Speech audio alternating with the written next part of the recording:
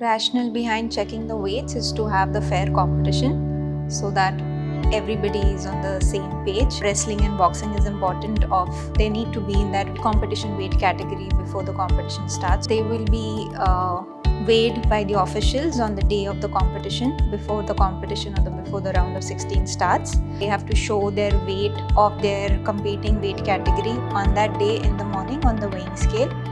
That's the usual process which is followed. Above the weight category, or if you're weighing more than your weight category, you get disqualified. If you're within the range, then you are allowed to compete in that weight category. Before the weighing times, they'll get about 30 to 45 minutes to prepare.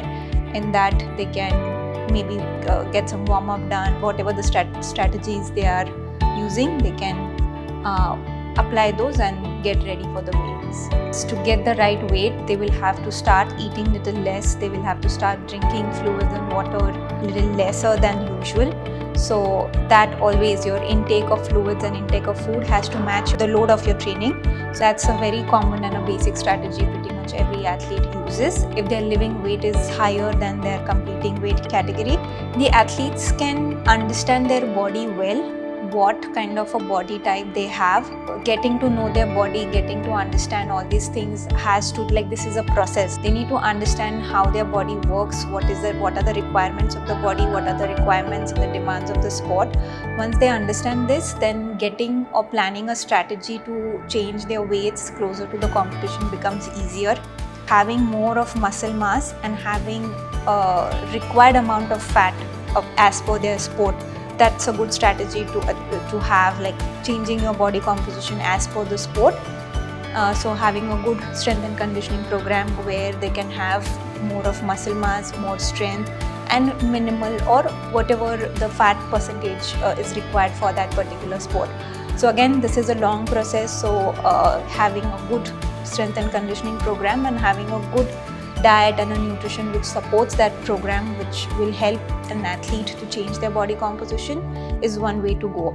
Hydration strategy will mainly based on the rate of sweat loss. Every athlete will have a different kind of sweat loss. Somebody will have lose the sweat at higher rate, somebody will lose sweat at lower rate. The way to go about is to checking your weight before and after the training.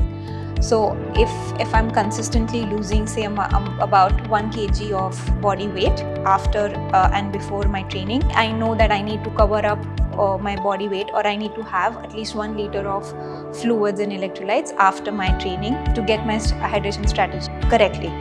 Another way, we can check the blood parameters pre and post training, or even every 2 months, every 3 months, how are your basic sodium potassium levels are changing. Based on this data as well, we can have a proper strategies around the hydration to understand what suits the athlete the best.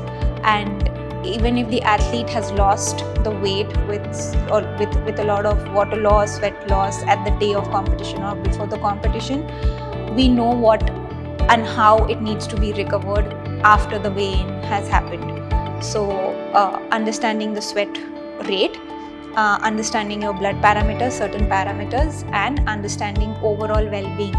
How are you recovering from these training sessions? So this way you can get your hydration strategy in place.